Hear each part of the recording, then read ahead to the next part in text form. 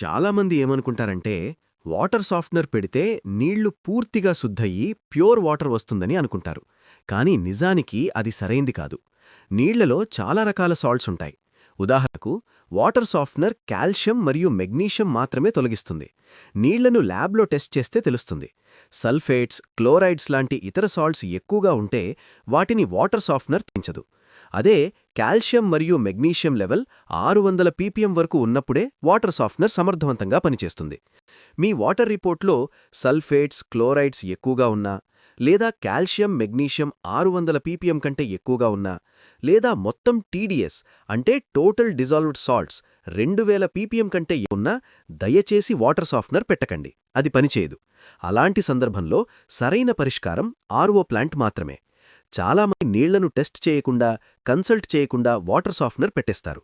చాలామంది కస్టమర్లు మా దగ్గరకొచ్చేటప్పుడు ఇప్పటికే లక్షల రూపాయలు ఖర్చు చేసి వాటర్ సాఫ్ట్నర్ పెట్టుకుని ఉంటారు. కానీ అది సరిగ్గా పనిచేయదు. మేము ఆ సాఫ్ట్నర్ను తీసేసి ఆర్ఓ ప్లాంట్ పెట్టిన తర్వాత మాత్రమే వాళ్లు సంతృప్తి చెందుతున్నారు. కాబట్టి దయచేసి ముందుగా నీళ్లను ల్యాబ్లో టెస్ట్ చేయించండి. ఒక మంచి వాటర్ ప్రొఫెషనల్ను సంప్రదించండి. మీ అవసరాలను విశ్లేషించి దానికి సరైన ఫిల్టరేషన్ ఎక్విప్మెంట్ను ఎంచుకోండి.